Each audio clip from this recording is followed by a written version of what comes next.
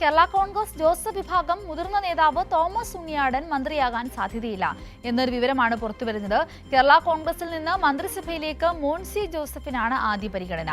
ഇരിങ്ങാലക്കുട മണ്ഡലത്തിലെ വിജയത്തിന് ശേഷം മന്ത്രിയാക്കണമെന്ന ആവശ്യം ഉണ്ണിയാടൻ ഉയർത്തിയിരുന്നുവെങ്കിലും പരിഗണനയിലില്ല എന്ന വിവരമാണ് പുറത്തുവരുന്നത്. സാരംഗ് കൂടി ചേരുകയാണ്. സാരംഗ്, ഉണ്ണിയാടൻ വളരെ വലിയ തരത്തിലുള്ള പ്രതിഷേധത്തിലേക്ക് പോകുവാനുള്ള സാധ്യതയുണ്ടോ ഇപ്പോഴും മന്ത്രിസ്ഥാനം ലഭിക്കാത്ത ഈ സാഹചര്യത്തിൽ?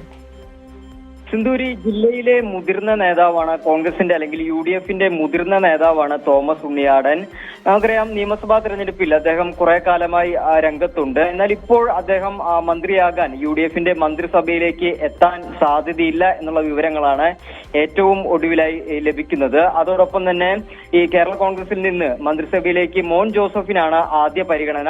രണ്ടാം മന്ത്രിസ്ഥാനം, അതായത് 2 മന്ത്രികളില്ലെങ്കിൽ തന്നെ ചീഫ് വിപ്പ് സ്ഥാനമെങ്കിലും ലഭിക്കണമെന്നാണ് കേരള കോൺഗ്രസിന്റെ നിലപാട്, അല്ലെങ്കിൽ കേരള കോൺഗ്രസ് ജോസഫ് വിഭാഗത്തിന്റെ നിലപാട്. ഇരിഞ്ഞാലക്കുട മണ്ഡലത്തിലെ വിജയത്തിന് ശേഷം മന്ത്രിയാകും എന്നുള്ളൊരു പ്രതീക്ഷ ഇത്തരത്തിൽ തോമസ് ഉണ്ണിയാടൻ വെച്ചു പുലർത്തിയിരുന്നു. കാരണം സീനിയോറിറ്റി വെച്ച് നോക്കുമ്പോൾ ജില്ലയിൽ നിന്ന് ഒരു മന്ത്രി ഉണ്ടെങ്കിൽ അത് തോമസ് ഉണ്ണിയാടനാണ് സാധ്യത എന്നുള്ളതും, അതുകൊണ്ട് തന്നെ അദ്ദേഹം അത്തരത്തിൽ ഈ വിജയത്തിന് ശേഷം വലിയ രീതിയിലുള്ള ശ്രമങ്ങൾ നടത്തിയിരുന്നു. എന്നാൽ ഇപ്പോൾ ലഭിക്കുന്ന വിവരങ്ങൾ അനുസരിച്ച് അദ്ദേഹത്തിന് സാധ്യതയില്ല എന്നുള്ള വിവരങ്ങളാണ് ലഭിക്കുന്നത്. അതോടൊപ്പം തന്നെ അറിയാം, നമുക്ക് തൃശൂർ ജില്ലയിൽ നിന്ന് ആകെ 4 MLA മാത്രമാണ് UDFനുള്ളത്. ഇതിൽ 2 പേർ പുതിയ അംഗങ്ങളാണ്. അതായത് OJ ജനീഷും, കൊടുങ്ങല്ലൂരിൽ നിന്ന് വിജയിച്ചു വന്ന OJ ജനീഷും, അതേപോലെ തന്നെ തൃശൂർ മണ്ഡലത്തിൽ നിന്ന് വിജയിച്ചു വന്ന രാജംബലനും.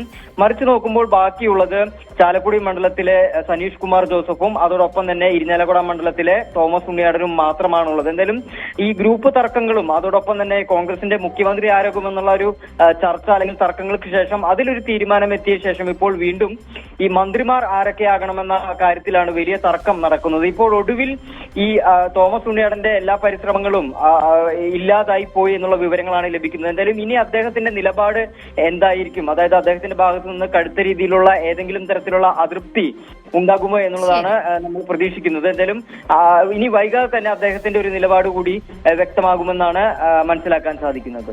സിന്ദൂരി.